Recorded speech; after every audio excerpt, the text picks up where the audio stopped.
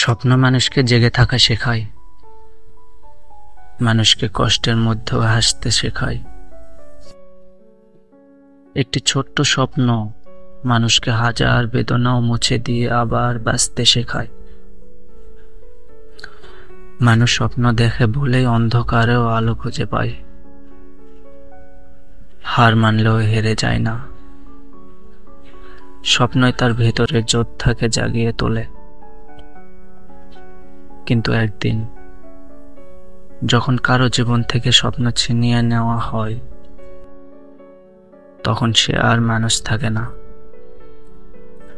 সে হয়ে যায় একটি জীবন্ত লাশ।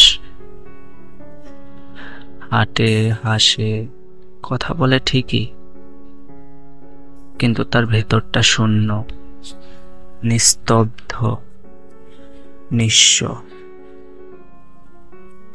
যেখানে তার কোনো আশা নেই, ভালোবাসা নেই, শুধু থাকে এক অদৃশ্য শোক, যা চোখে দেখা যায় না, কিন্তু অন্তরকে ছিন্ন ভিন্ন করে।